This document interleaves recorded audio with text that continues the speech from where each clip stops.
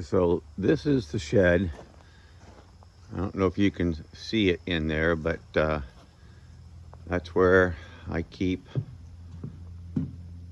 there it is, my mower. It's shelved. So I want to keep the shed, but this floor, when it was put in, they did not set the seams on a floor joist, period. They just sheeted it. So it's pretty flimsy. So anyway, just so this doesn't get too long, this piece of fence line would have to be moved. This is the other acre of my property. There's my car hauler. Oh, so I went to St. Louis yesterday and I picked up a bunch of scaffolding. Got a sweet deal on it, period. I'll send you a picture of that as well, period. Here's the scaffolding I picked up in St. Louis. I've got 4 sections stacked on each side. It also came, it's kind of hard to see, but you see those shorter pieces. That is the guardrail system that you set up around the very top of it.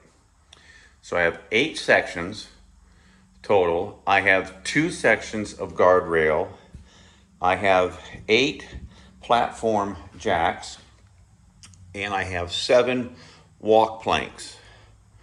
There's some there, and then behind each one of these is another walk plank. Got the whole thing for $1,900, period. This stuff retails new for probably about $600 a section. More, if you look at Northern Tool, that's what you'll see. $600 to $800 when you include the top platforms. So anyway, that's what I got. Okay, here we go. Day 1. We're gonna start off by putting in our batter boards. So we gotta put 1 board on each corner. Then we're gonna run some string lines out to it. Figure out where we're gonna set these corner posts. Once I get those corner posts set out, we're gonna put 2 more in the middle. We're gonna run some string lines. And then I'm gonna go get me a post hole digger and I'm gonna dig some holes. So hang in there, let me cut up some wood and get this thing rolling, and I'll circle back and show you what I'm doing.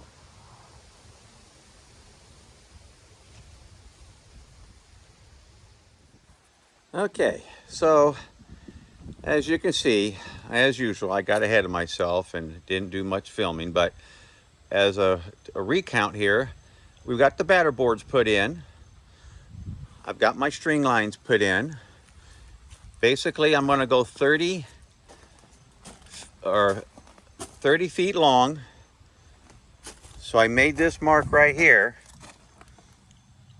This dimension between here and the other end is 29 and 9 inches. So this will be the outside edge of the post, and the post will sit right up against here, and I'll drill the holes in the ground, and then that'll allow enough space for 1.5 inches on each side for my first ceiling joist. Same with on this side. You measure between this screw here and on the other end, it's also 29 and 9 inches. Now, this line here is 19.5 inches. That gives me a little bit of slop to put my post in, put a 2x4 on this side of it, and a 2x4 on this side of it, and about 3 or 4 inches of overhang so that it will hang off the edge.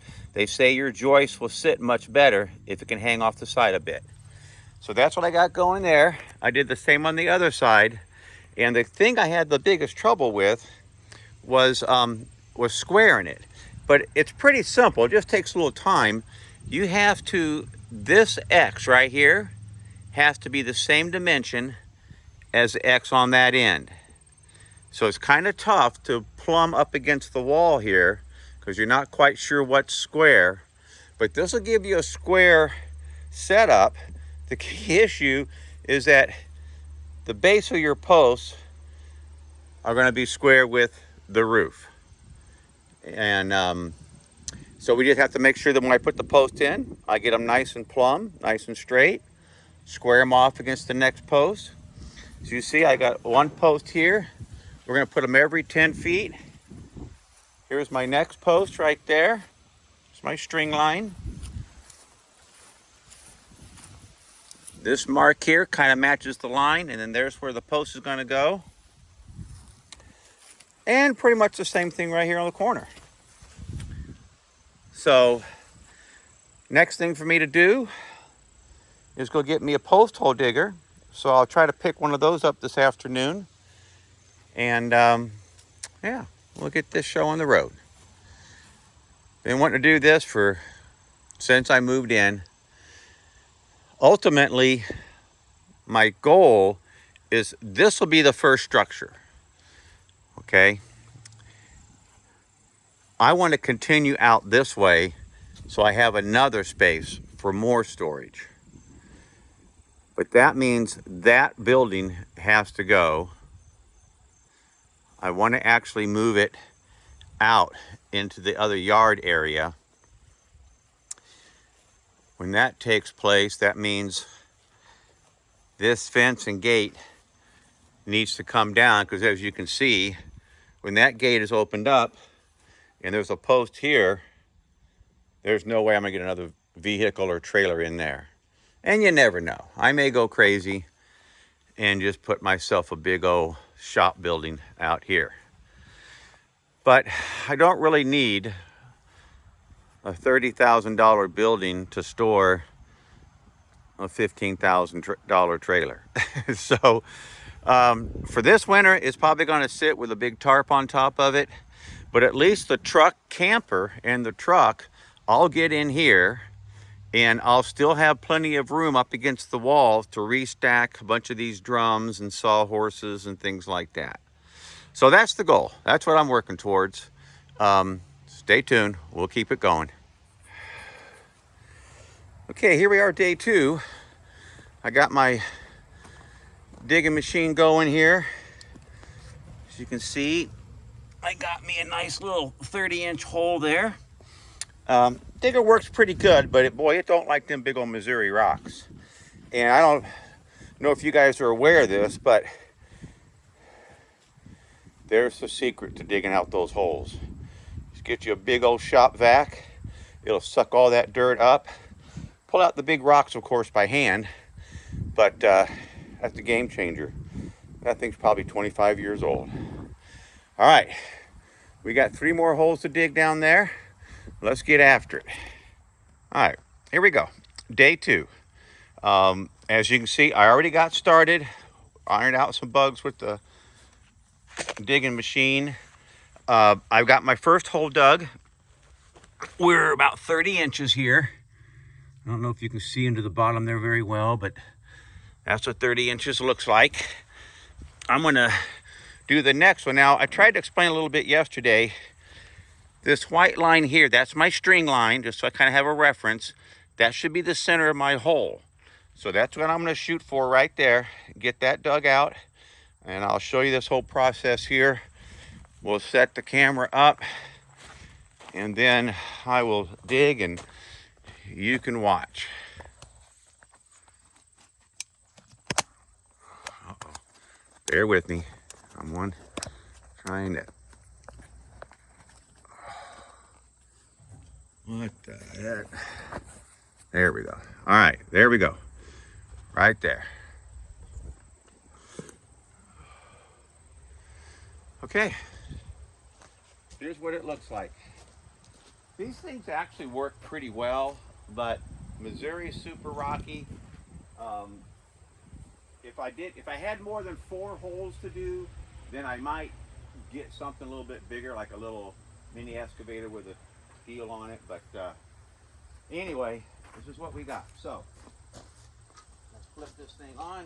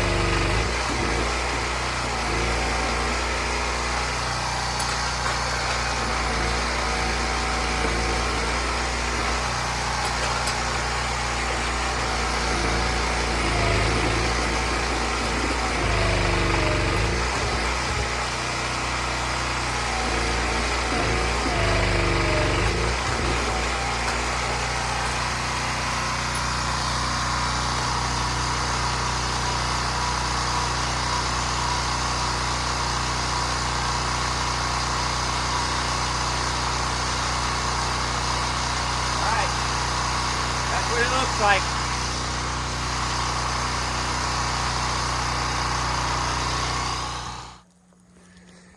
okay, here we go. So here's the first hole I did.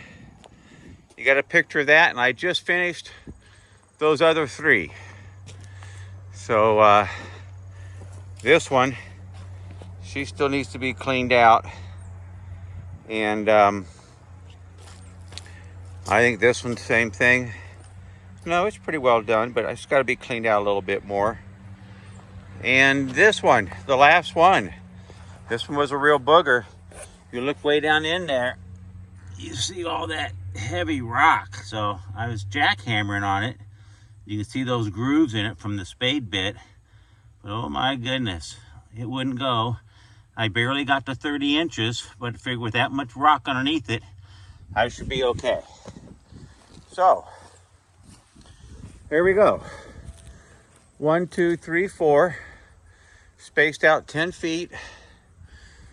We're gonna take that siding off the top of the house up there, put a big 2x12 up in there, set some posts, run some beams, hang some joists, or rafters, I guess we'll call those, roof rafters. So anyway, I'm gonna take this post hole digger back to the rental yard. Not a bad deal. 90 bucks if you can get it done in 4 hours. Otherwise, it's 110 bucks a day. If you have a few holes, you're good. Or if I was just doing like post holes for fencing like that, I could go with a 9-inch bit, maybe only go 2 feet, you know, not 30 inches. Would probably help a lot. So anyway, we're gonna roll this back and I'll circle back with you later.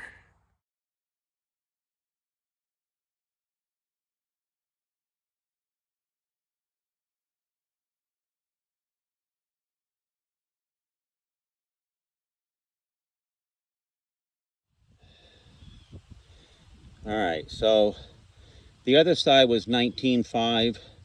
I'm 19.4 and about 3/8, so I'm 5/8 of an inch short on this side, but everything is plumb.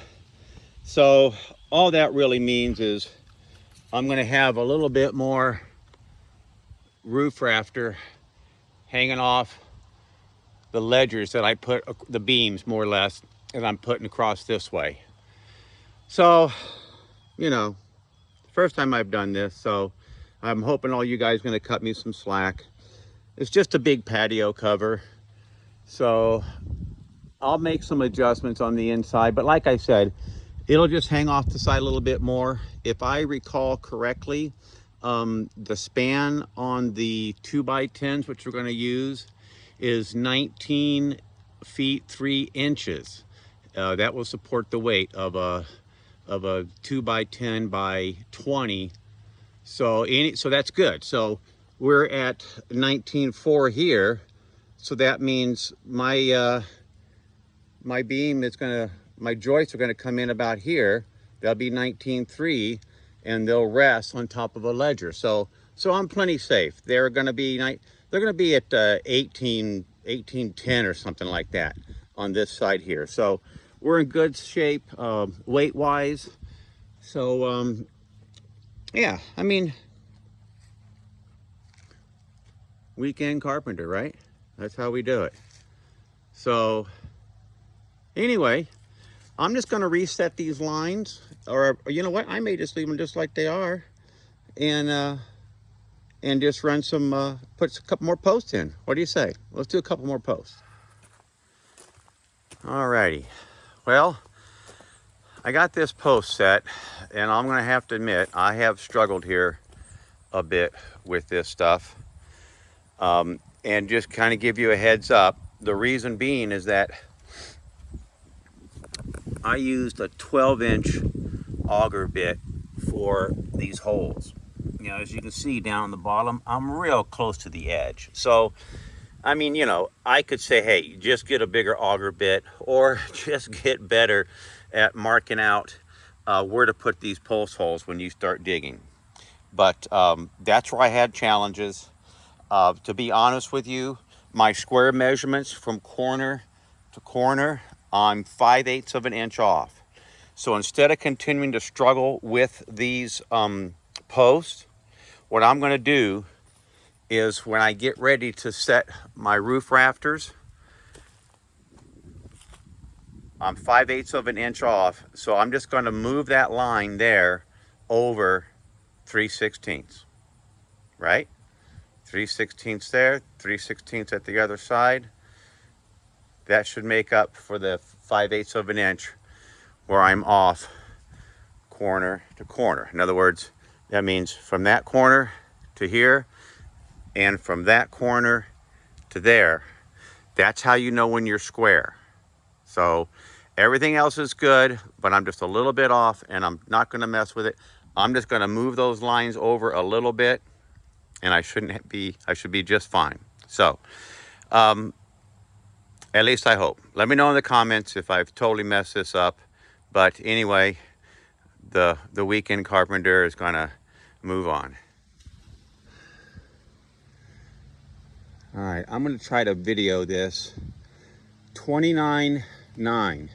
That leaves me 1.5 inches on each side for a 2x4.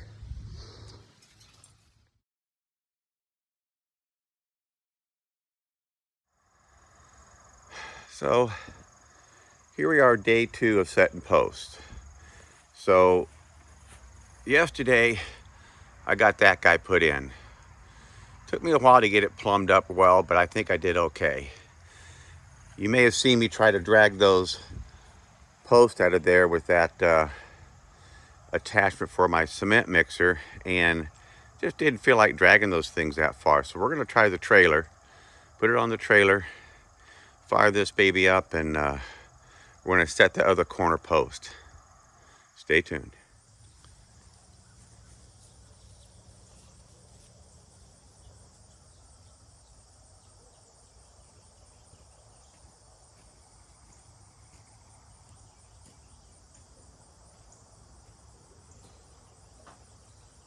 Well, I guess there's nothing left to do but get to work. So this is how I set that other post. I just slowly but surely got it up on this ladder. So here's how we did it. We went like this. And we grab this strap.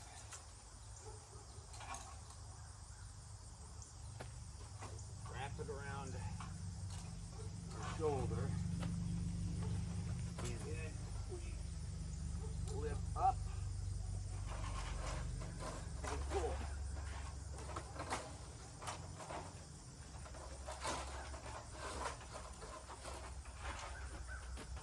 Okay.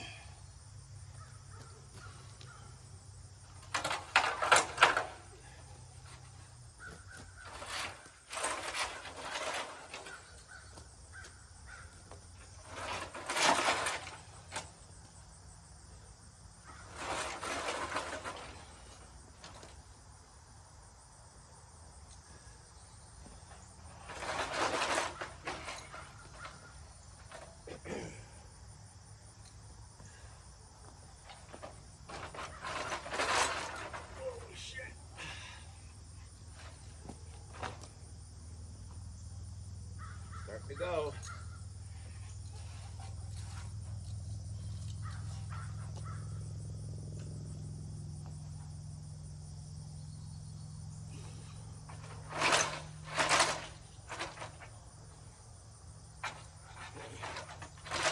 I think it's more in than out now.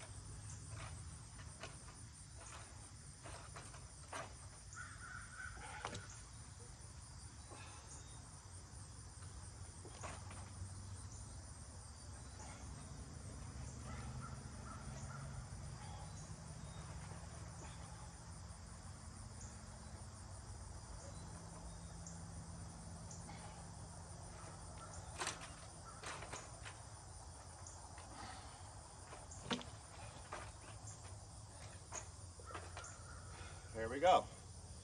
Just that easy.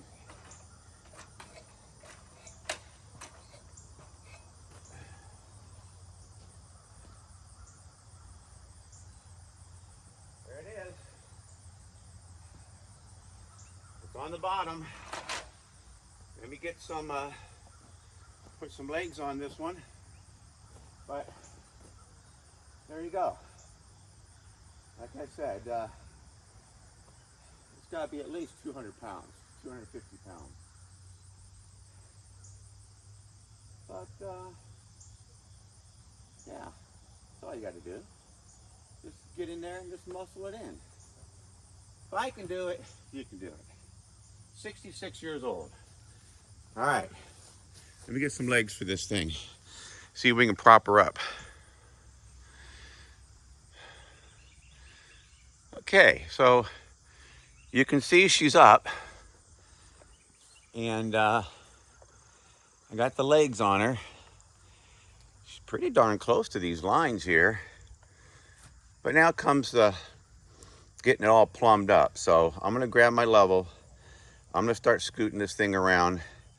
I'll shoot a few videos and show you the challenges that I've run into, and maybe if you want, you can leave a comment on how you do this to maybe help us all figure it out what's best. So yeah, let me grab a level, start leveling this thing up.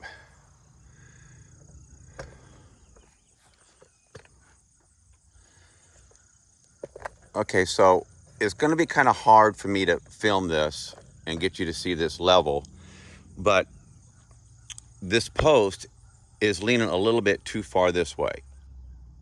Let's go back.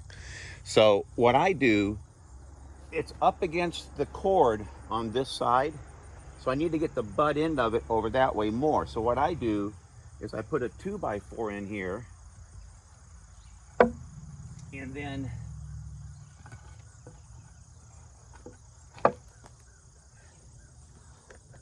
see there? I just kind of wedge it in like that, and then I use the weight of the post and I'll push on it. So it looks kind of like this.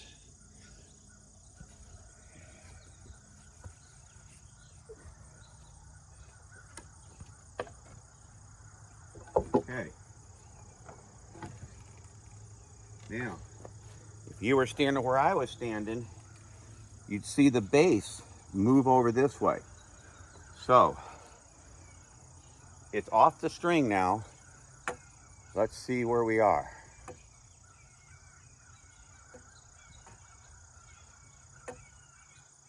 Okay. I need to go over, needs to go in more, like so. But I don't have enough bubble to do that. I need to get the base over, gosh, it's like another couple inches. You see down here? That's about how far. About half of that distance is where that base needs to come over, because as the base comes over, the top will lean in. So if I'm 2 inches now, I need to push her over an inch. Let's see what we can do here. Again, same technique. Put the 2x4 in there and just lean up against it. And it'll push it over. All right, now let's see what we got.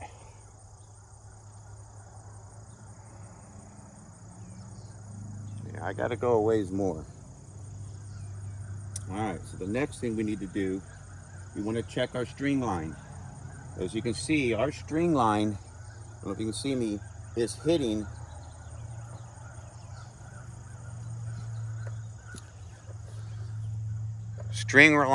this prop, this leveler here. So that's throwing our measurement off. So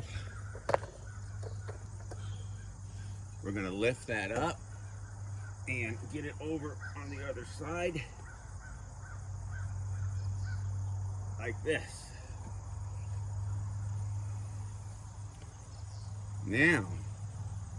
Now she's looking pretty straight.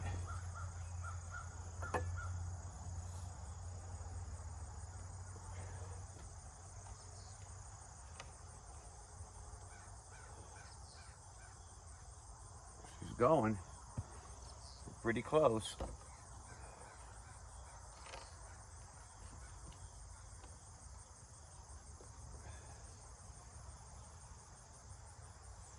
That's almost right there. Get the bottom end over a little more.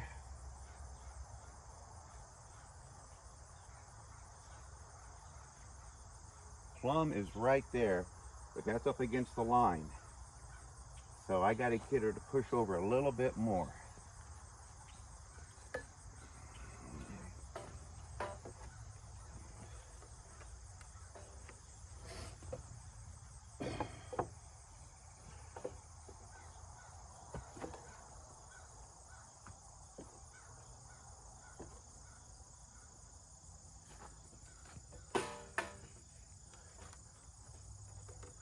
Uh-oh.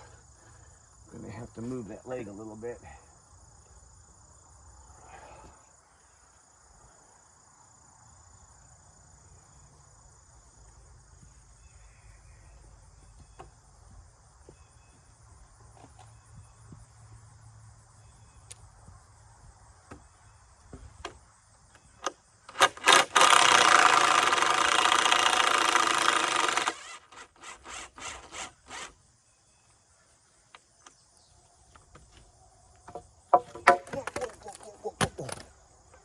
Don't want that to happen.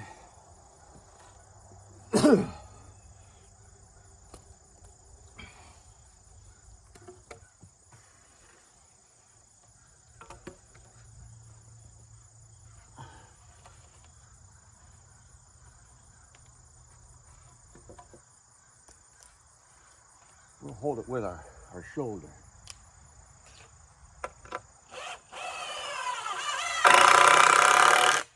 Okay. Now,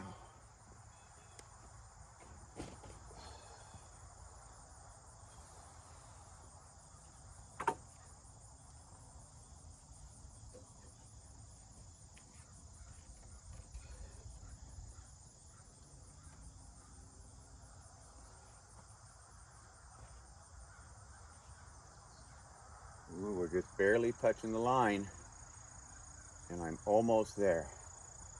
I got to get that base over a little bit more. Looks like I got to dig this hole out a little bit. All right, I'm going to circle back.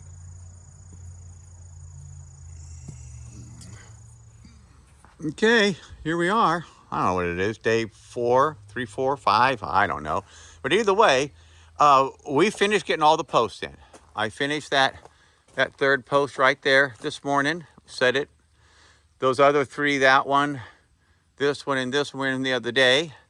Had a buddy here helping me, so we got some of those ledger boards in up top. But again, that's not where they're gonna go. They're gonna go up another 2 feet almost. High. So I should have a good 13 foot worth of clearance, or 12.5 on this side. Right now, that's 10. So that's cool. We did it. Set our post. It's starting to look like a shop. Now, our next thing is to build some scaffolding and get up here, take some of that vinyl siding off, and then we got to get on the other side of that wall, and we're going to put some 2x10 blocking in between the studs for the wall.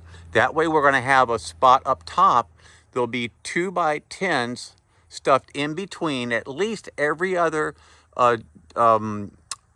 wall beam, no, joist, stud, what is the right terminology? Anyway, it'll be blocking all the way through the top. That way we can run big lag bolts through the 2x12 we put up top and into the blocking behind it to make sure we have plenty of support up top. So that's what we got going on. Oh, and check this out. Good news is at the bottom, you remember we were 29 feet 9 inches to allow for 1.5 inches on each side. I put a tape at the upper portion of these posts. I was 29 and 8 7/8. I had to push that one post out 1/8 of an inch to make it perfect. So pretty proud of myself there. Now, going to take a little break, and then we're going to come back and we're going to start building some scaffolding so we can get up against that wall. And we're going to go inside the garage to see what we got to do for blocking. Stay tuned.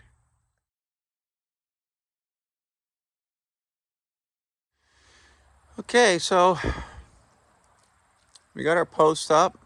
Got a ledger on top of it. It's not exactly where it's going to be. It's going to go up another couple of feet. But just want to show you what we got going here. We've got some scaffolding. So we're going to set up scaffolding.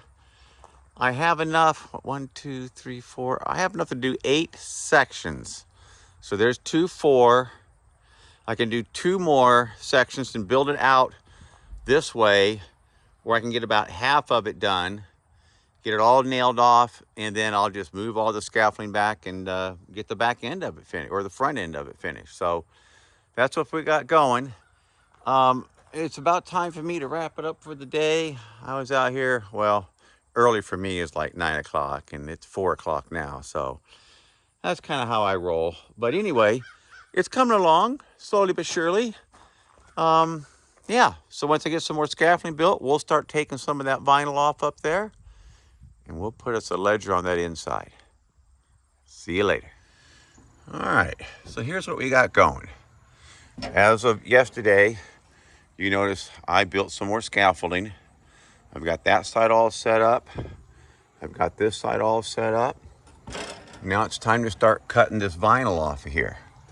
So what I've done is I have a marking here about 1 inch or more off of that rain gutter, which pretty much lines up to where my string is down there to give me about a 4-inch overhang of some sort, just to make sure that I have room for movement.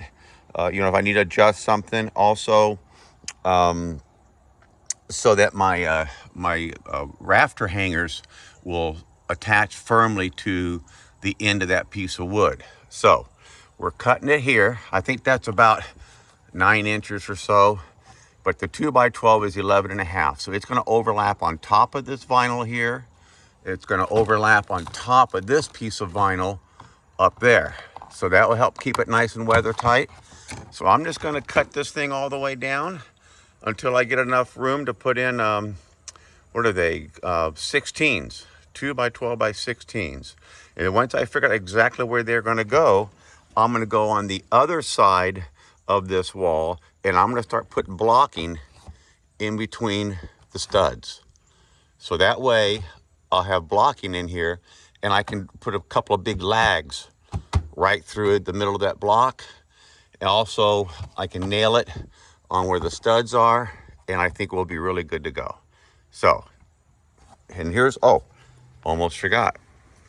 Here's the handy little tool that I use to do this. And you'll see, let me give you just a little example.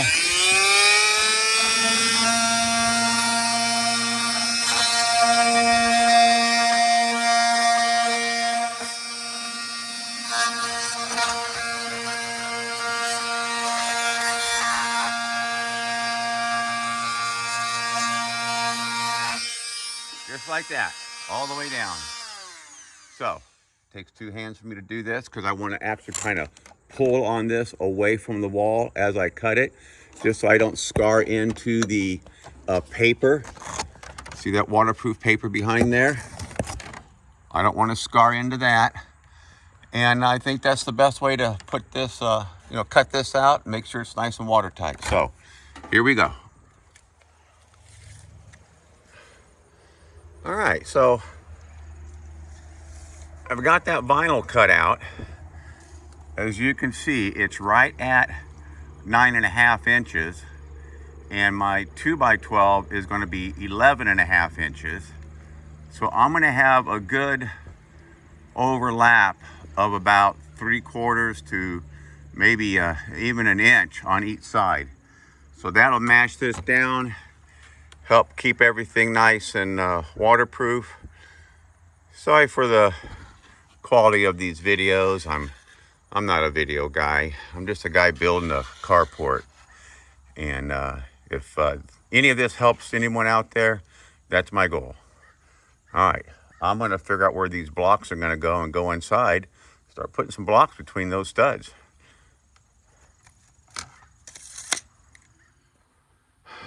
Okay, so here we are.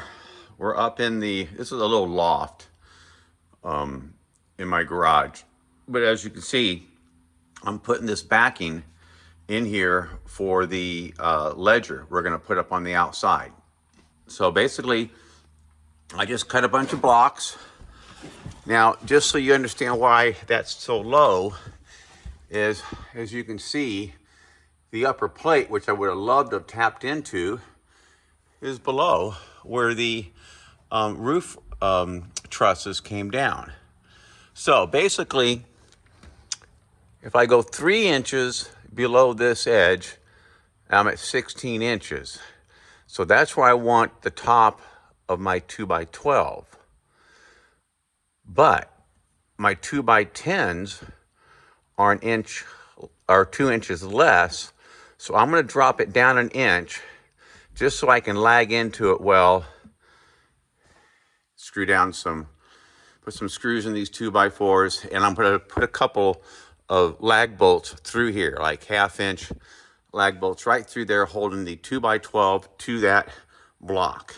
So again, 2 big lag bolts here. 1, 2, 3, 4, 5, 6, at least 6 big screws right there holding that 2x12 ledger up against the wall. So we just have to kind of keep going that way. And then on the other side of that wall, I mean, this was only halfway, about right there. So not even that. Yeah, about halfway. So anyway, that's what we got going. So back to work. Okay, so in case you're wondering, I'm putting 4 nails into this sucker on each side.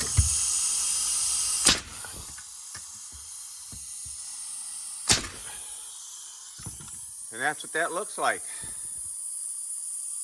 So I'll just keep on going. And then when I get done, when I put my lags in to support the outside ledger, I'll drill a hole here to put my lag through, and then I'll be able to see how far it is on the outside from this stud. So I can get my bolt through here. I'll just put a small hole and then put that baby in. Or I should say, run nails up and down the outside of the ledger.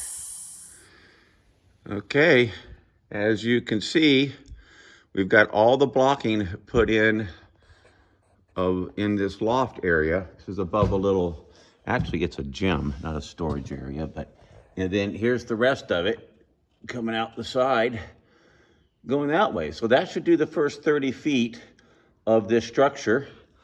Let's go around back and we'll, okay, so for those of you that like to work alone, or maybe you don't have the option but to work alone, but that's how you hang that inside ledger. Now, of course, as you can see, I got to move it down a little bit this way, but that's how I did it. I was able to lift that 2x12x16 up in there.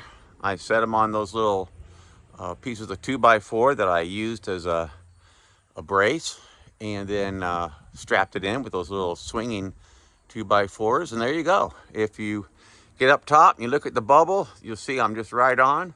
So I'm going to tap it down that way a little bit. I put some markings on the siding up there, 16 on center. So I'm going to go inside and just confirm that it is 16 on center. And then I'm going to come out here. I'm going to screw that thing down. And you know what? It may surprise us. God knows it'll surprise me. But I might even get one of my roof rafters in. We'll see you soon. Okay, here we are. I've got the first ledger put in. So again, it's a 2x12x16. And let me show you. What I've attached it with are these big 5-inch, these are referred to as a structural screw. These are can be approved by inspectors, you know, building plans. This pole barn company I bought all my stuff from says this is what they use, and the builder inspectors sign off on it. So anyway, these are 5 inches. Now, I just put in one in each stud all the way down the line. Now, what I did notice, I was using my little DeWalt impact driver. Don't do that. I didn't burn mine up, but it was so hot you couldn't hardly touch it, and it kind of slowed down and wanted to stop. So, here's what you need. Get you an impact hammer. Get you a reducer to reduce that tip down to the size that will hold one of those little Torx bits. And this thing just works great. No loss of power, stuff like that, except, you know, the air compressor turning on and off. But anyway, so I'm pretty excited. We have this put up. Now I have to hook up my water level. I don't know if you guys know what a water level is, but I'll start getting it put together and then I'll show you. And it's a way that I can level out the bottom of this ledger to where the bottom of that ledger there is supposed to be, all with a vinyl tube with water. Look it up on YouTube, water level. It goes back thousands of years, back to the Roman Empire. So that's the next thing. I got this up. I'm gonna get my water level made and put a mark on that. Those have to come up a little bit. And then, yeah, we may not get to it today, but we're gonna get ourselves some roof rafters put on tomorrow. See you soon. Okay, so look at there. It's kind of hard to see because it's in the shadows. Here. I got that ledger put up. Now, what we need to figure out is I'm gonna have a pitch to this roof. It needs to pitch down to these posts. I want a little bit of fall, but not too much. I want to be able to get my campers and stuff underneath here, so I need, you know, 12 feet or more. So anyway, here's what we got. How do we do this? I mean, I'm a weekend carpenter, as you can tell. So, a friend of mine gave me a tip. You use a water level, and here's how it works. You get some vinyl tubing. Got this off of Amazon. It's, I think it's 3/8 inside diameter, and it ran me like 22, 23 bucks, something like that. So what we do is we fill this tube up with water, and the other side goes over there where you see that little red funnel. And then I take a tape measure, and I measure how far it is from the bottom of that ledger to the top of this water. Okay. Now, I came up with like 100 inches. Here, let me see. Let me show you. I'll show you the math on this. So it was from the bottom of that ledger to the water in that pipe was 100 inches and 3/8. 100 and 3/8 of an inch. I want it to fall about an inch per foot. So I'm approximately 19 feet wide. So that's 19 inches. So I just subtracted 19 inches from the 100 and I get 81 and 3/8. So what I do is I go over here to this side. Sorry for this filming. Remember, I'm just a weekend contractor. Oh, this is interesting. Look at my water level fell a little bit. Aha. Must have been some bubbles in there that worked their way out. So I need to check my measurements. But basically, what I did was I put this block on here that would match up with the water line. And then I measured from the bottom of the block up 81 and 3/8 of an inch. And that's why there's a little mark way up there. You can barely see it. But let me get my tape out and let's remeasure this and make sure we got this right. Okay, so I got the ledger put in, as you can see there on the other side. And now I need to determine where I'm going to mount the joist. The rafters are going to come off of that ledger, and I want them to drop 1 inch a foot. So this is about 19 feet wide, so I got to drop 19 inches. So the way I figured, it's going to be right here at this mark. Now, how did I figure out that mark? Let's go see. Bear with me. I got to climb down from here. And I'll show you how I did this. What I used was a water level. You see this tube has water in it? So I put this block on the bottom of it to mark it.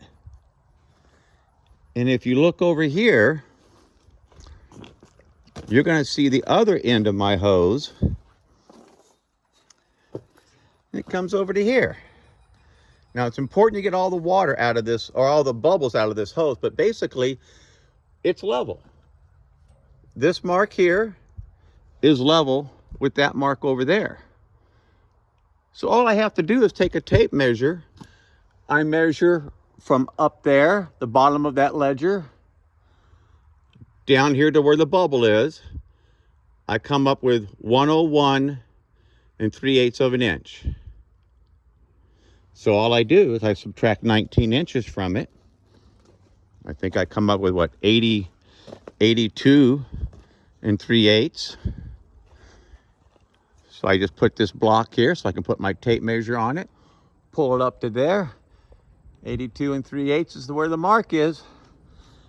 And that should be it. So tomorrow morning, we're going to start setting some roof rafters. See you then. Alrighty, here we are. Another beautiful day. So as you can see, I have that shorter 2x10 pushed up in place. You notice the little safety blocks I put together to keep it from, falling over on me. Also elevate my height without having to hold it and put a screw in. So I rechecked with my water level this morning. I think I got everything good to go. After I put it up there, I even put a level on it, and the level shows it just to be right on the bubble. So I think we're good to go here. I'm going to go ahead and put the big screws in. I got to get the air gun out and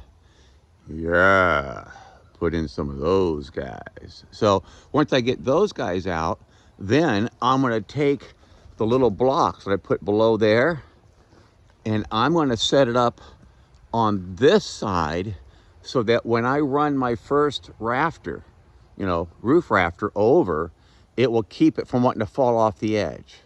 So that's what I'm going to do next.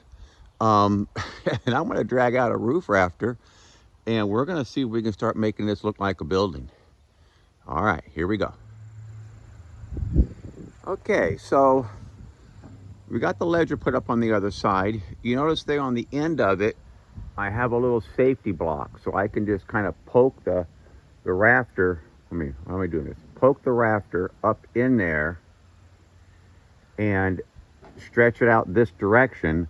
But the key thing that we're looking for now is that that's where the rafter sits on that post. But where does the rafter sit up here? So the way I'm going to figure that out is I have this string line. And what do I have on the end of the string line is, what do they call these things? A church key? It's one of those little things they give you to open up cans of paint. So I needed a plumb line. That's what I needed. So as you can see, that plumb line, it's blowing around a little bit, but it's hanging down there pretty straight. And so I'm lining it up with the string line that goes over to the bottom of my post over there. Wait a minute. Where is it? It's there. Right there. It's real hard to see, but there's a string running all the way through over to that board. See it right there? So, where did it go? Where did it go? There it is. String line over to here. And if you remember, when I measured corner to corner, I was about 3/8 of an inch off. So, now that that string is hanging there, it looks like it's bobbing probably a 1/2 inch to maybe 3/4 the other way. So I'm just going to put a little mark up here, and that's where I'm going to put my first joist bracket. Again, I'm trying to be perfect, but let's face it, we're not building a grand piano, just the box it was put in. So that's what we got.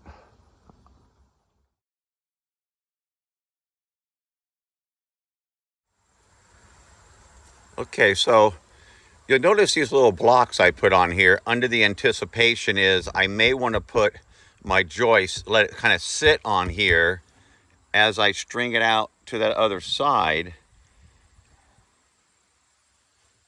And then I'm going to get it over here and maybe slide the bracket on it. Or I could put the bracket on first. But the reason why I left a little bit of slop here is so it kind of move and flex a little, so I can get whatever sort of a rake or fall I need to the roof. So let's pull one out and give it a try and see what happens.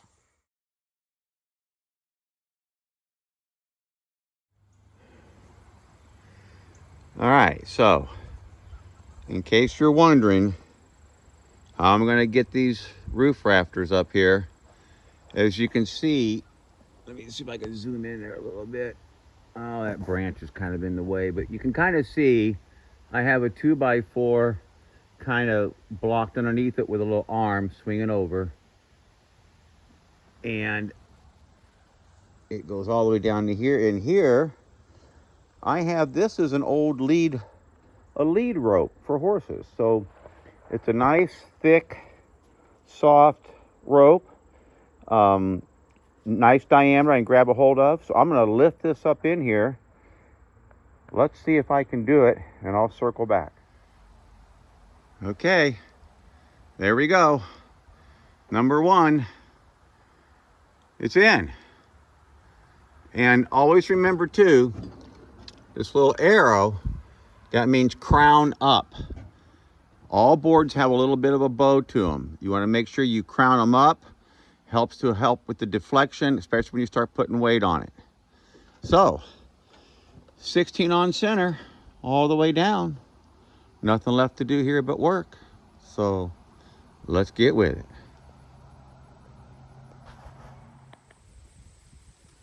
Okay, so that's our outside roof rafter.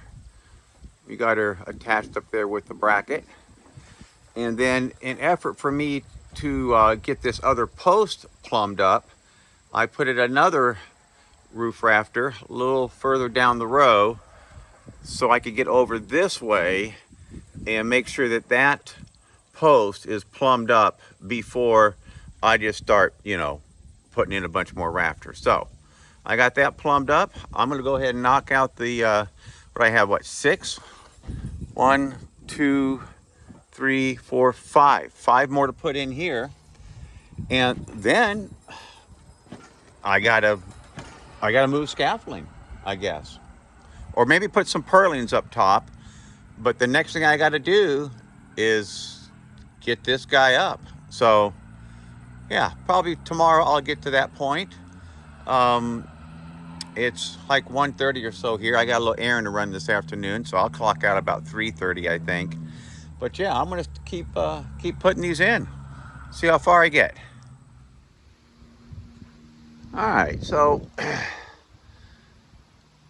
here we are. As you can see, yesterday I got 4 of these roof rafters in, which I'm quite pleased with.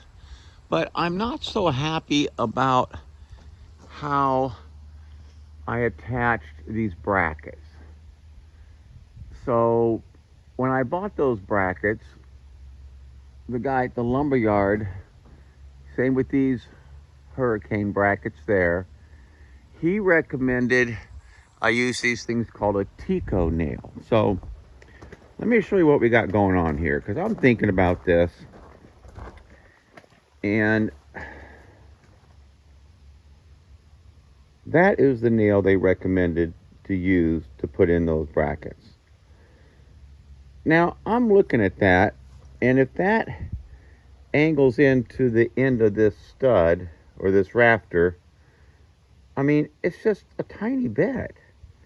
So I'm thinking about it. I'm like, that doesn't sound like... And there's only 2 in each side. And that's going to hold this rafter from getting pulled away from the bracket. Because, you know, you understand it. It sits like this. I just had a bracket here. What did I do with it? The bracket goes on the end. So I'm thinking I could put a screw in it. But the screw kind of has this beveled head, which I'm concerned will slide through. Here, let me just get a bracket and show you. There's one right here. Let's just get down to the nitty gritty here. All right, so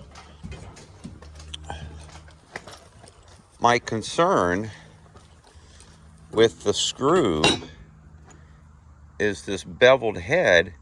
It might just squeeze right through there and out the other side if it's put under a lot of stress. So then I'm looking at, well, what about these big sinkers? They have like this coating on them that's supposed to be like a glue once it goes through, and it has this nice flat head that'll catch that lip and hold it in place. So then I decided to go down to the local Nixa Hardware, and look what I found. These are called pole barn nails. This is a 3.5 incher. They also make them in 4 inchers. I think they even make them in 5, bigger ones. But they're also ring shanked, and they're heavier. You see how the head of that nail is just a little thicker? And I think that's going to hold that bracket on great. So that's what I'm going to do. I'm going to upgrade to these guys. In fact, here, let me even just show you what it says. Where's that box? Here we go, right here. Pole barn nails, 16D, 3.5 inches. So I could use these framing nails if I wanted, or those screws, but I'm going to use these pole barn nails. All right, back to work.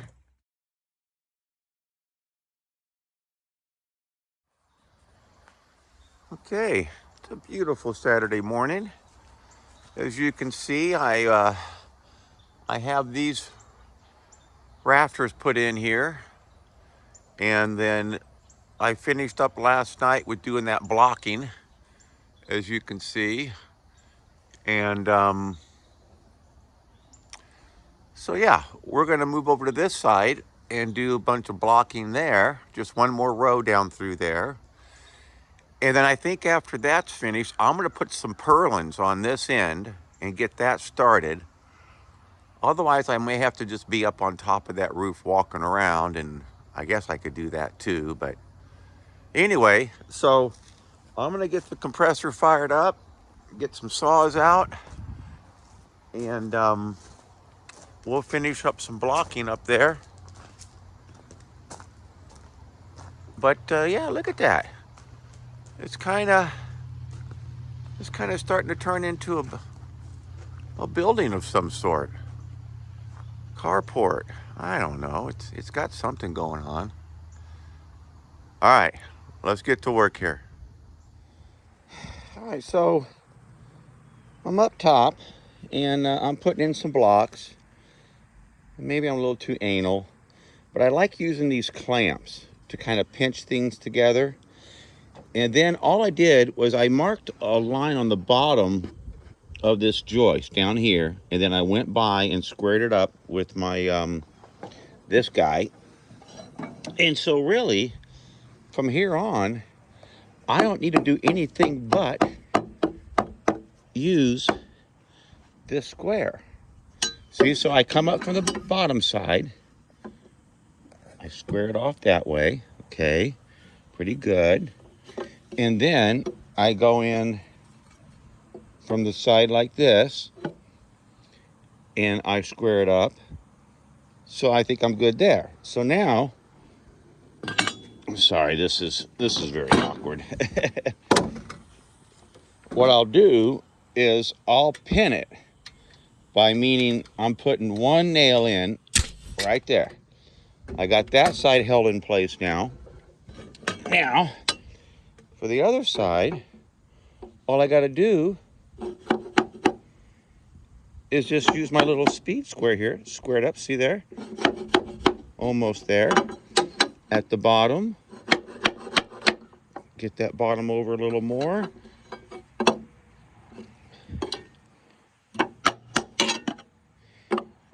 And that's pretty much good, right? That's good. Let's do it. All right, so now I'll pull up my my nailer. I know, this is archaic. No one has a nailer like this anymore, right? Everything's a little electric. But this one is probably, this old Hitachi has got to be 30 years old. Has never stopped working. Did I blow it? Nope. All good. It has never stopped working. Always fires. Always works. Now, I have to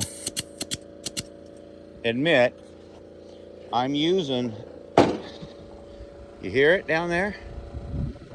I'm using an old Makita air compressor. It's pretty much designed just for shooting nails.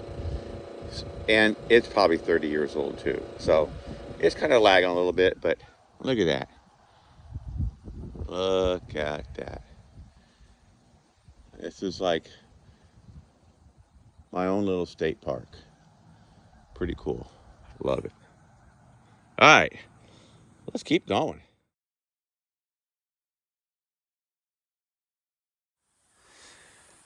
Okay, so here we are. As you can see, I've got the other ledger up. Had to mess with that a little bit, re-level it, blah, blah, blah. That water level thing I tried, I had some trouble with it. It seems like when maybe the sun hit that vinyl tube, the tube would expand and the capacity of water it would hold would change. And so my measurements kept changing. At least that's what I think is wrong with it, or it could just be the weekend carpenter syndrome. So anyway, I leveled it out with an old-fashioned level, big old long 8-foot level, got it straightened up.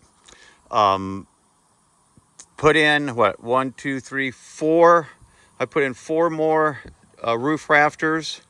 I've got the Tico straps in it, as you can see down there on that end, the little silver things. And I've got the blocking in, and I'm finished off the blocking here. And I wanted to show you guys how I do this, because I want to see if I can get it as tight as possible. See, little stuff like that, that kind of bugs me. And that's why I have these double clamps here. So the way it works, this clamp is holding this joint tight. This clamp pulls this one tight together so that when I nail it off, it doesn't leave stuff like that. In fact, where's my hammer? Let's see if we can sink that in a little bit, because I put some more, see there?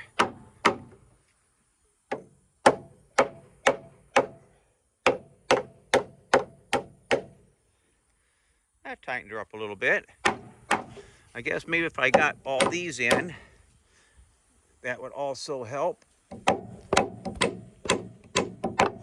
Well, camera, swinging hammer, awkward.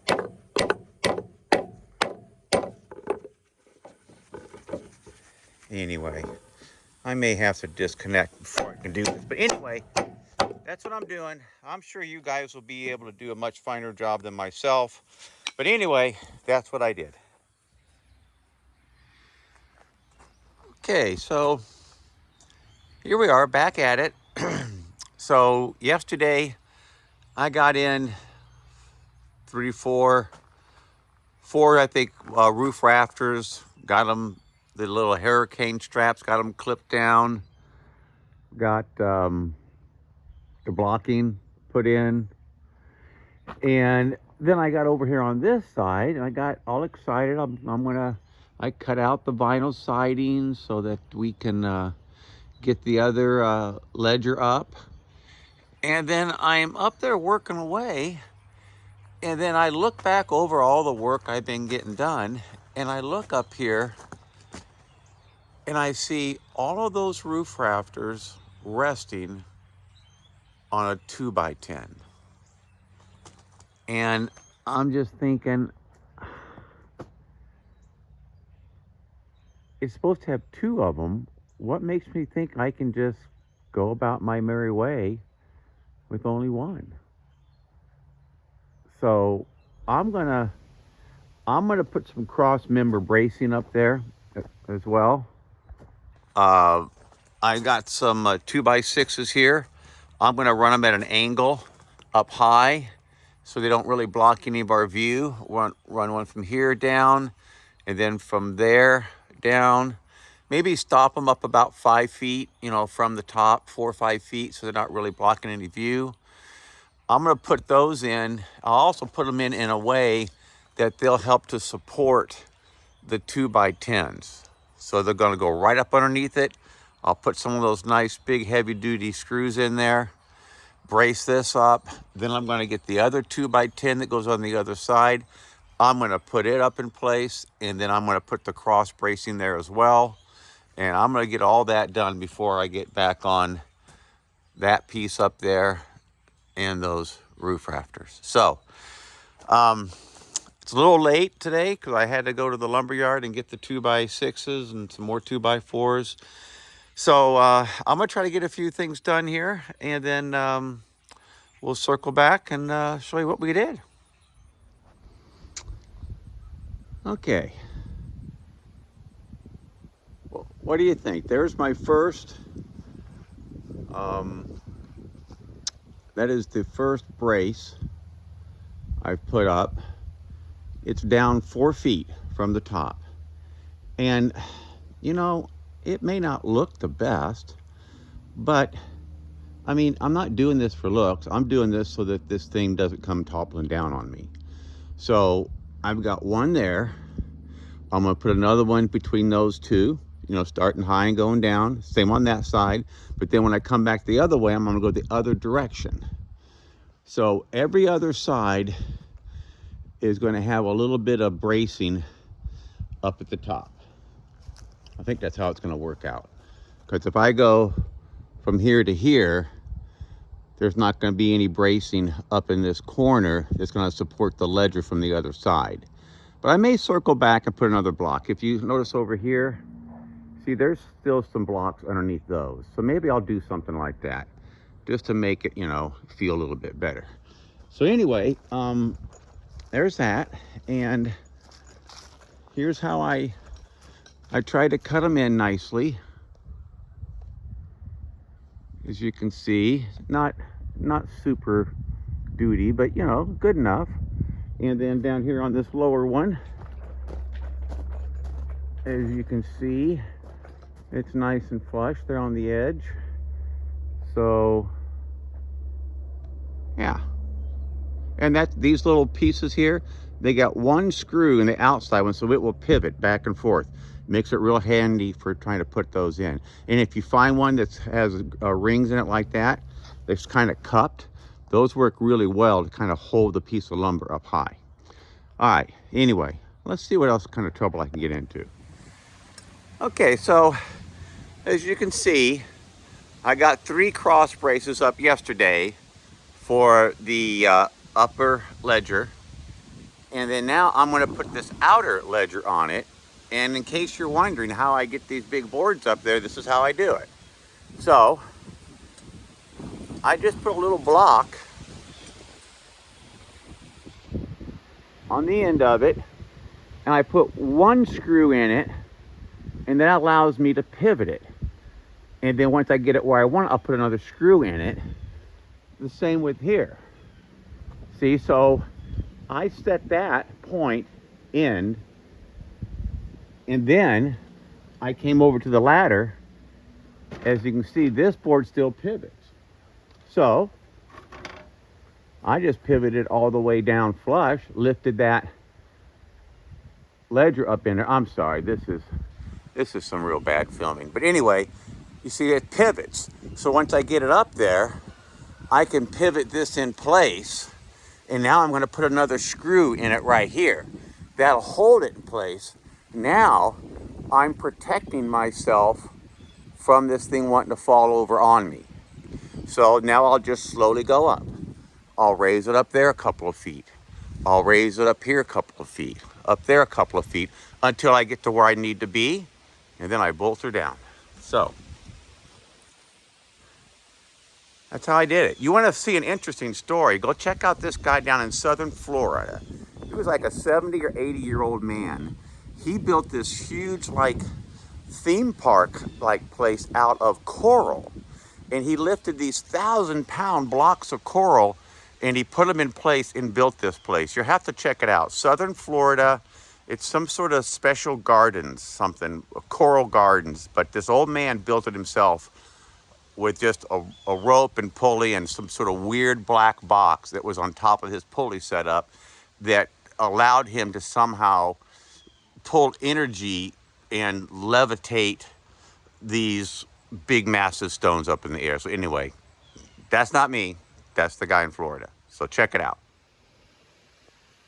All right, so, well, you can't see that side, but I got the other ledger up over there. I got this inside ledger in. Oh, sorry, this isn't filming well, but anyway, you see what I'm talking about. So, all right, another beautiful day. You can't see it from here, but I got the ledger on the other side of the ledger that's on this side, on those posts. So it's in. I'll shoot something in the morning. I also wanted to show you, I got this one in, and I didn't really get to show you guys about these big screws I use. So that's them right there.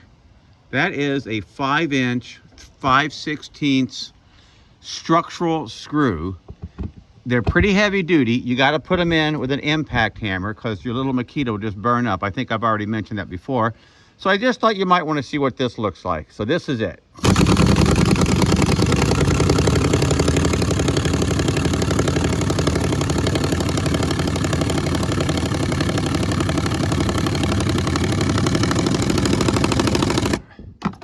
Now, that's a screw. All right, I'm going to finish this up. It's about 4 o'clock. I'm going to call it a day. We'll see you in the morning. Okay, it's a beautiful Saturday morning.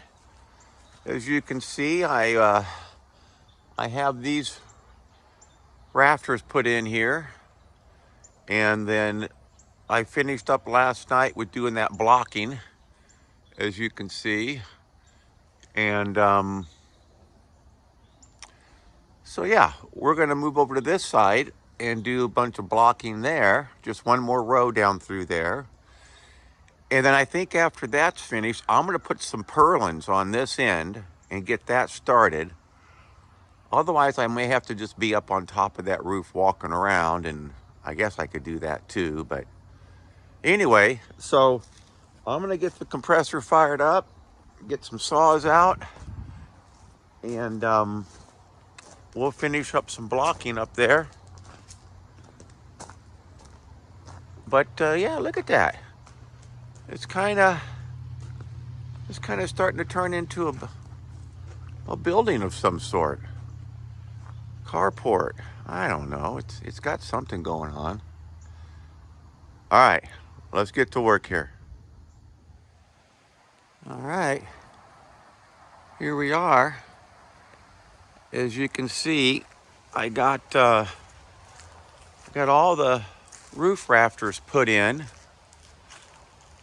I have to finish up the blocking, as you can see. And then once the blocking is done, then I'll come along this rail here and I'll finish tacking in those little brackets. I kind of stopped with them because some of these boards are kind of twisted, and if they're twisted, I can't really get that thing nailed down well. So just going to be patient and block it in here real soon. Now I have to deal with this issue here. That top of that post needs to be cut off so I can slide that roof rafter over. I was going to notch into the roof rafter, but the top of that post doesn't need to be there. I kind of screwed up over here on this side. I'll show you. I mean, I'm the weekend contractor, as you can see right there. I just butted the roof rafter up against the top of that post, but then now I'm realizing that that post doesn't need to be there. I should have just run it straight out. But anyway, you know, when you don't know what you're doing, these are the mistakes you make. So I'm gonna get my chainsaw. I'm gonna cut that one off and start blocking in those roof rafters. Here we go. Nothing better than a little two-stroke in the morning. We're gonna go up there and we're gonna cut that thing off.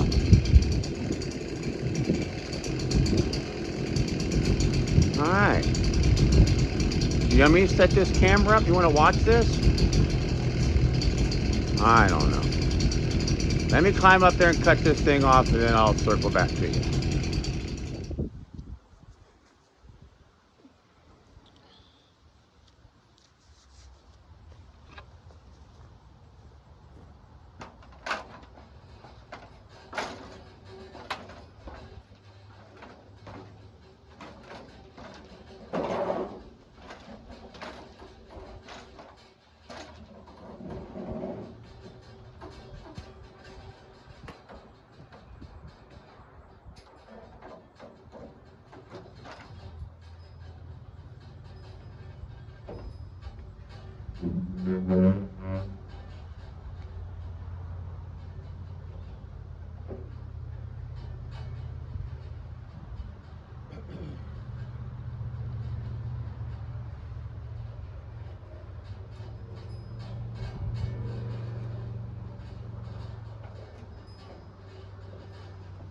All right.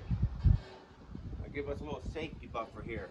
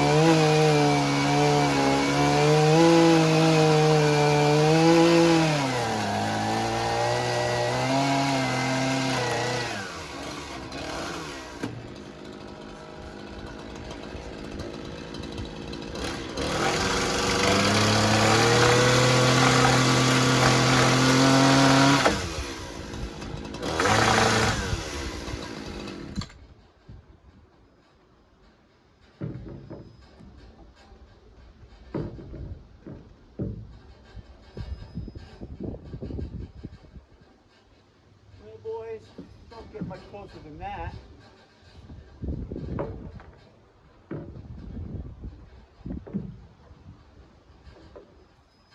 There we go. Okay, so you probably noticed I crawled up in between these two roof rafters just so this would act as a little bit of a safety buffer I got out of control. I also took and notched this out, so now I can bolt my roof rafter up against it. So I kind of like that as well. Sure, it's not perfect. I think I'm like, might be an eighth of an inch off down there. I think all I need to do is just clean up this one edge here.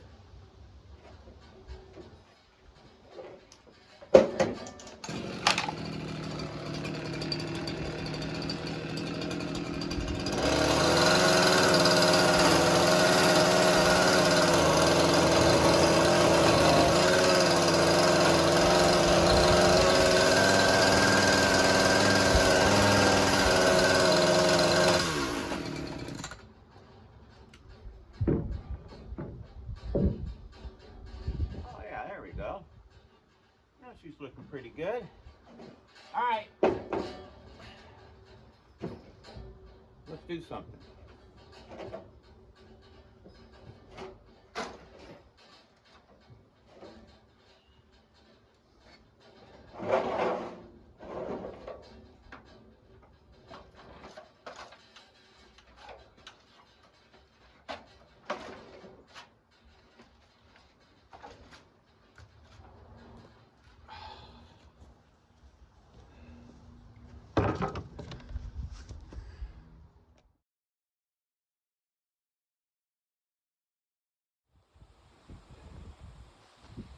Check it out.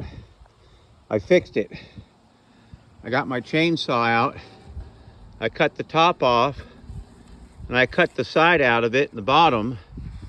So now I can put another board up against it. But then on this side, I'm gonna go ahead and extend straight out so it'll match the same blocking. So I just couldn't, it just kept bugging me. I'm sure it was bugging you too. See ya.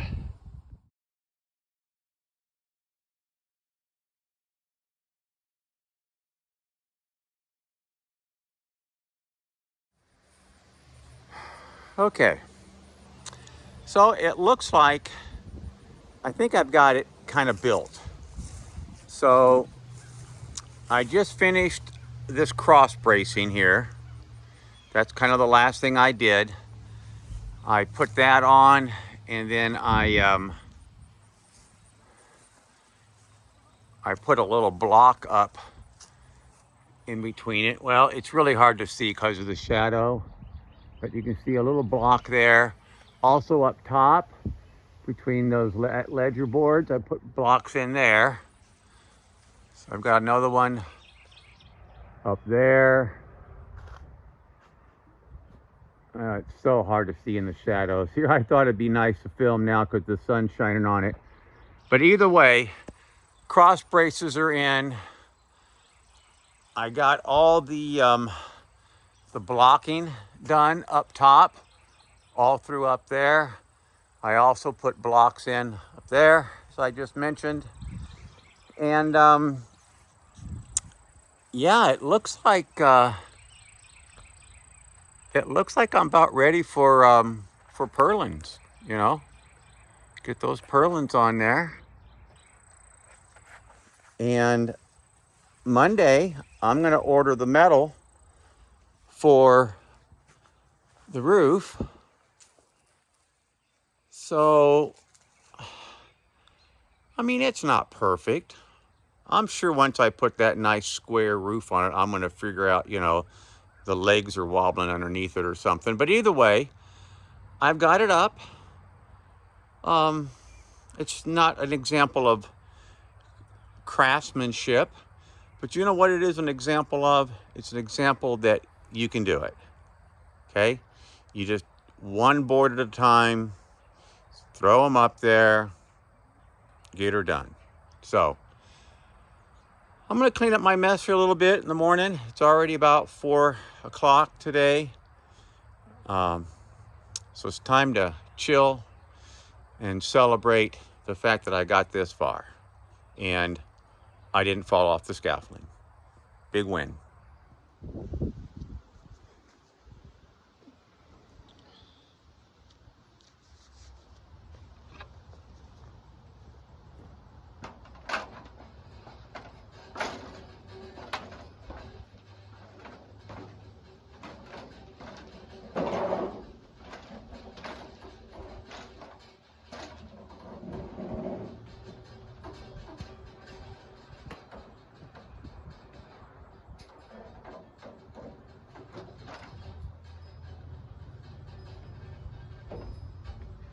All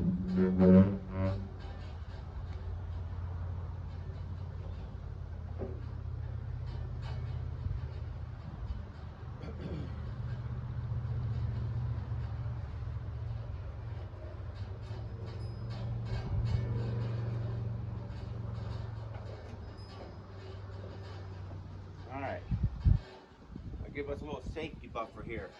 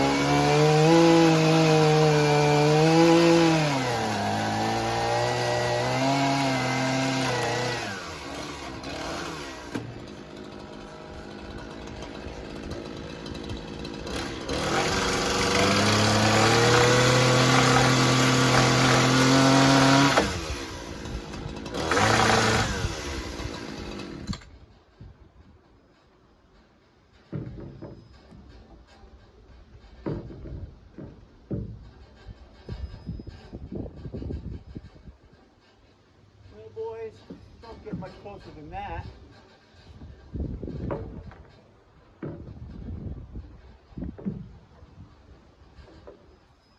There we go. Okay, so you probably noticed I crawled up in between these two roof rafters just so this would act as a little bit of a safety buffer if it got out of control. I also took and notched this out, so now I can bolt my roof rafter up against it. So I kind of like that as well. Sure, it's not perfect. I think I'm like, might be 1/8 of an inch off down there. I think all I need to do is just clean up this one edge here.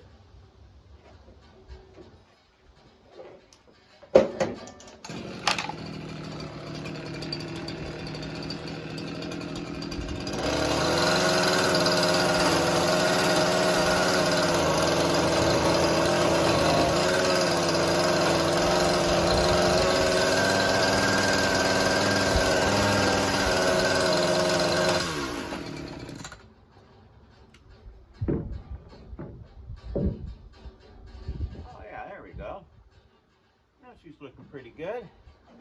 All right, let's do something.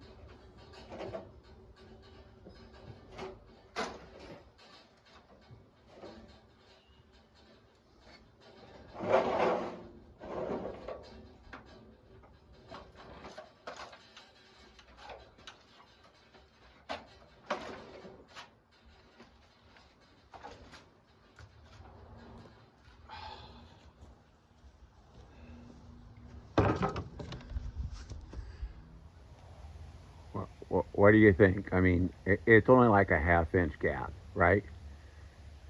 I just got done tightening up all those. Oh, yeah, there's another 1/2 inch gap. Oh, where is it? Oh, yeah, that's a beauty right there. Oh, lower right and upper left. Nicely done. Yeah, well, you know, when you're a hillbilly, you do this kind of stuff, but I'm fixing it. Good morning, Nixa. Here we are, bright and early, up on top of the the new carport roof. As you see, I have all the joists in. All the blocking is in. I'm actually doing some corrections to the blocking right now as I finish up the purlins. Once these purlins are finished this afternoon, I'm gonna go order some metal for this roof, and then we're just gonna keep on keeping on. There's the back of the house, or that's the back of the garage, but that's my world right there.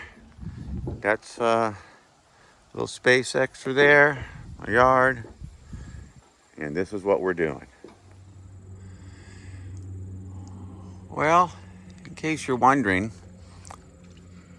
this is what it looks like when you don't know what you're doing, putting up purlins. So I know that the guys that do this every day, they pre-mark their trusses and all that stuff, but this is kind of, you know, build as you go.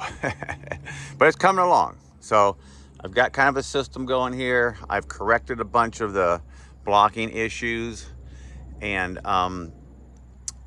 yeah, our goal is to get this done today. So here we go. Okay, here we are.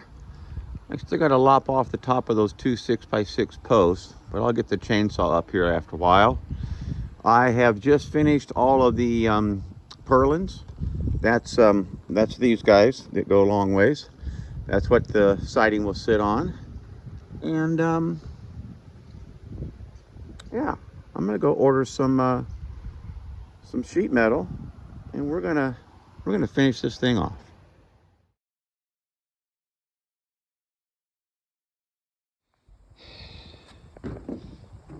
Okay, so another beautiful day, southern Missouri. I'll put down some metal, but I wanted to show you a situation that's coming up here. So you'll notice this is my first piece. Nice straight edge. I think it overlaps right here. Nice straight edge, but then you look over here, oh my goodness. This edge rose out too far. This is right up against the house, but this one must be back a little bit. So what that means is that these panels are not perfectly square. So what you do to correct that is, when you bring a new panel in, like this panel here, you want to stretch the bottom. So in other words, from here to there, you want to stretch it out a little bit. Sometimes by handling these things will move. Now, watch this. I put my foot on that. You see how it moves a little bit?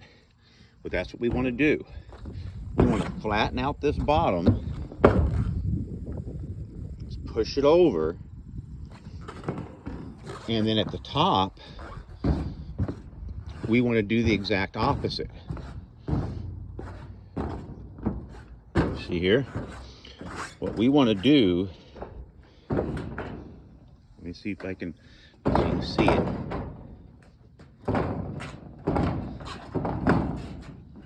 See here? Whoa. Let's not fall off of here. But we want to push it in, and it'll smush it over. See there? You can barely see it. But see, all we need is an 1/8 inch here and an 1/8 inch there. Because you can already see this panel here. I did the same thing on this panel. And as you can see, the air went from about 5/16 down to less than 1/4. So that means I'm getting headway on it. So don't freak out. I mean, it's a metal roof. No one's going to see it. But it is important to try your best to make it right. Here we go. So I forgot to mention that what I'm doing is I'm using this special tape. It's got this sticky stuff on it. And what you do is you run it on the top of this rib. You see here how it's hanging out? You put it on the top of this rib. That way it will adhere this panel to this panel, and it keeps water from wanting to seep up underneath there. So before I start screwing things in, I'll walk along this edge and I'll just put my foot on it. Step on it. Make sure that's kind of holding itself in. And then what I'll do is I'll come up here on this end underneath this eave, and I'll put a screw in here to push that panel that direction. And down there at that end, I'll put screws in that will push the panel away. So I'm going to broaden the outer edge, and I'm going to shrink this inner one. And like I said, just 1/8 of an inch or more, 1/4 inch, makes a big difference when you have a 20-foot panel. So again, I'm not a pro. I'm just telling you what I've learned. I'm sure there's a lot of great videos out there that you can watch, and it'll help you learn all this stuff. So anyway, let me get back at it, and let's see what kind of correction I can make with the next panel I put up, and see if this all helps. Okay, before I start using that technique to squeeze this and broaden the back end, I'm gonna run right down this inside edge here, and I'm gonna put screws in every one of these where this gasket is to lock it down. And then I'll show you, when I start putting screws in it, I'll start on that outside edge and screw going this direction to squeeze a ripple in it. And when I get to that back end, I'm going to start at the back, and I'm going to start on the inside edge, and I'm going to screws it that way to push it out. They say the best way to put these screws in is go long ways with your panels. If you go side to side, what happens is just like I said, described. We're going to push wrinkles out and push wrinkles in order to square up our roof. But if you just start screwing in that same way, you're going to have problems. In other words, one side, you may accidentally do that technique that I'm referring to square up your roof, if that makes any sense. All right, now you can kind of see what I'm doing. I've got a screw in here at an angle. That way it'll stretch out. It's going to proceed down this 2x4 1/4 of an inch or so, and I'm going to screw it down, and that's going to stretch.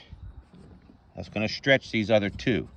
So it's going to stretch all 3 of these out, and then we're going to go up to the top. I'm going to do the opposite. So we're going to pull this out, pull it out that way, and at the front we're going to push it in. So here we go. I'm sorry, I'm not good at this film. Kind of like I'm not good at putting on this roof. But anyway, okay, we're going to get her done. So now I've got those 4 screws in, pulling it that direction. Now I'm going to come down here and I'm going to do the same thing. I'm going to go start screwing it this way, pushing it that way until I get about into the middle. And then I'm going to go up there and I'm going to start putting screws in, pushing it this way. And then we'll see how that next panel looks that we put up. Okay. Up here at this end, it's kind of hard to see, but I put a screw in at an angle. So it's going at an angle, and that's going to pinch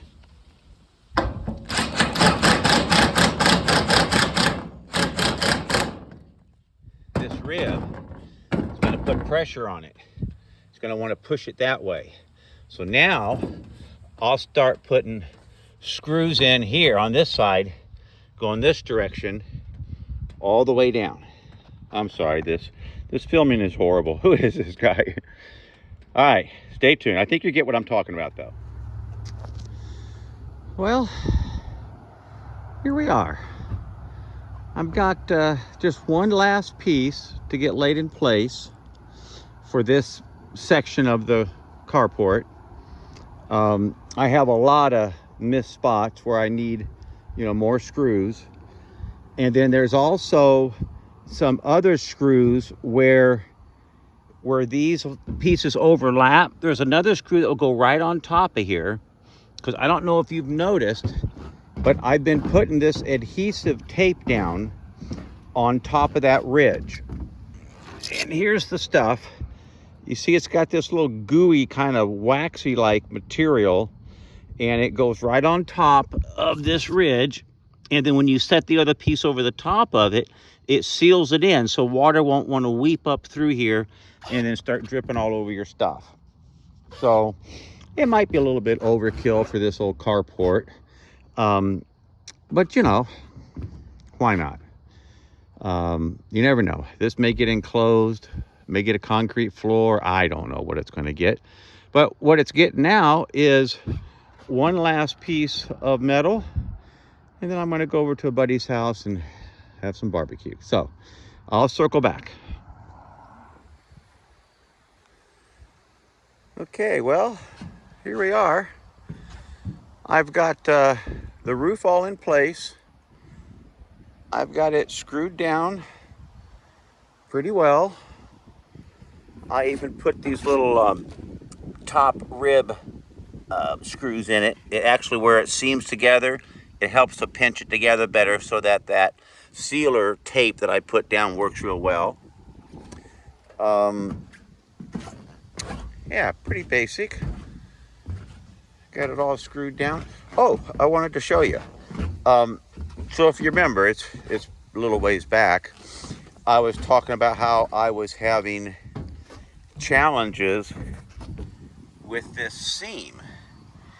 Now, here's the first spot it seams together. As you can see, it's pretty good. It's nice and flush here to here, okay? But then you see our next piece. Oh my goodness, it's way off. Look at that, you know? So that's why we were talking about how you stretch you stretch this piece and you shrink the upper piece.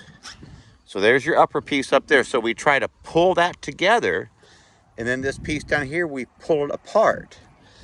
And so I kept doing that. Every piece I put down, as you can see, that one got a little bit better. Oh my goodness though. But then this one, it got a little bit worse. But I kept working on it. And then you see this one? This one got even worse. That one got a little better. And then as you see, it starts getting under control. This one's a little better.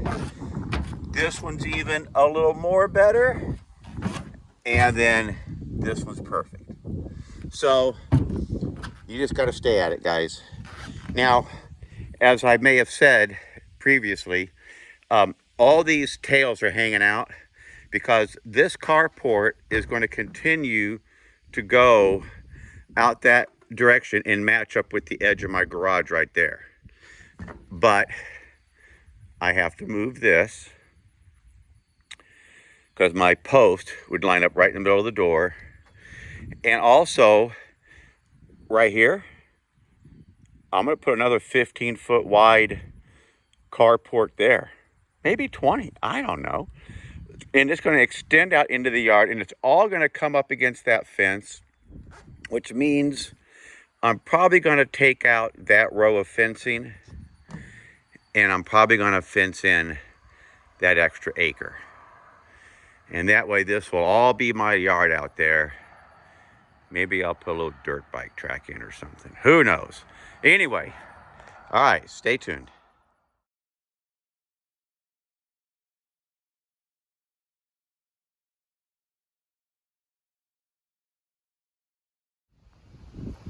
Okay, so as you can see, I framed in a little box around the base of these posts.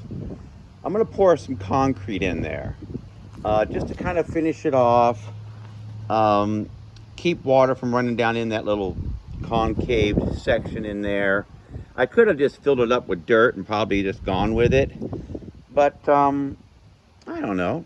I thought it'd be nice to have a little concrete pier there. Might give it some more stability. It's not super big, but you know, a little decorative maybe. I'm gonna finish the edge off a little coping radius. Oh, and the other thing I'm doing is I'm putting some of this roof and foundation coating material on this. Now, I'm gonna pass on some information I got from the lumber yard when I bought these 6x6 pressure treated lumber. So I was going to set them in concrete. That's what I've always done. Fence posts, whatever, set them in concrete. But he told me the company that sells these posts, does the pressure treating, says that if you set them in concrete, it'll void their like 40-year warranty or whatever it is, 20-year warranty. And he says if you put concrete up against this pressure treated lumber, there's a chemical reaction that takes place between the lime in the concrete and the chemical that they use to pressure treat with. So just passing it on. I'm just, this whole post is set in dirt except for the top cap, and I have this roof emulsion material. I'm going to put it on there, and I'll circle back and show you how it finishes up.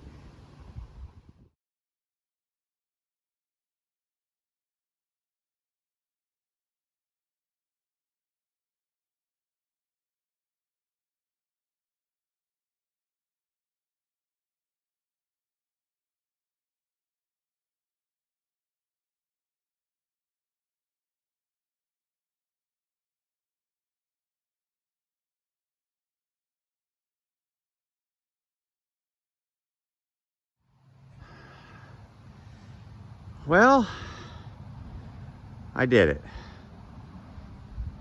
I mean, it's like I barely did it, but as you've heard me talk, this is just the first phase. So this is 20 feet wide. Come spring, I'm going to extend it another 20 feet that direction. That shed has to move. And then also you see the tailings hanging out there. It's going to come this way, all the way out to the edge of the building here. So it'll come out another 20 feet. Same with the other end. It'll come out 20 feet. So there'll be a 40 by 50 patio cover, basically, carport right here. That shed is going to move right there. And this piece of fence will come out, and we may just fence off the whole property over there. So, but I did it. It's what is it, like the 1st of November? So yeah, it's time for the holidays. This working is about done. See, there's the leftover tailings, so they'll hang out and extend onto the new roof from the other section. And then over here, as you've heard me explain before, you see where all the tails of the 2x10s are there. All those 2x10s, I'm gonna take another 2x10, I'm gonna lay it right up next to it, stitch nail it, and bring it out here to about 20 feet here. It's gonna be right about where this trap is. So it'll come out about to here. So yeah, because that thing is 16, and there's 3 or 4, so yeah, about right here. So it'll be nice. And then I can leave one trailer in that part, the other trailer in this part, have room for some storage, like my little wagons and other miscellaneous stuff, which I've stashed all over the place here lately.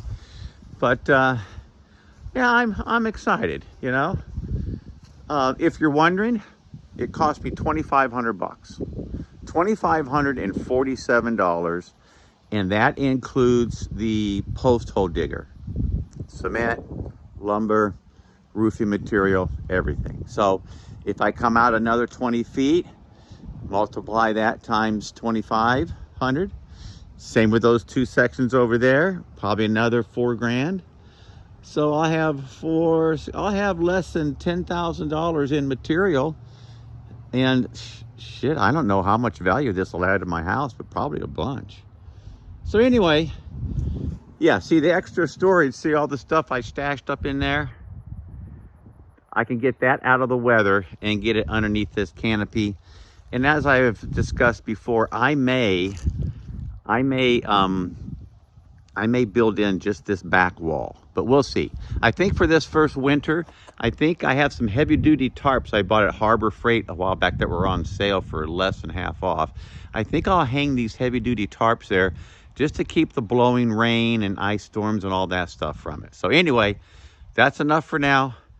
Take care for watching. I hope this helped you. I apologize for my lack of professional filming, but this is what I got. So thanks a bunch.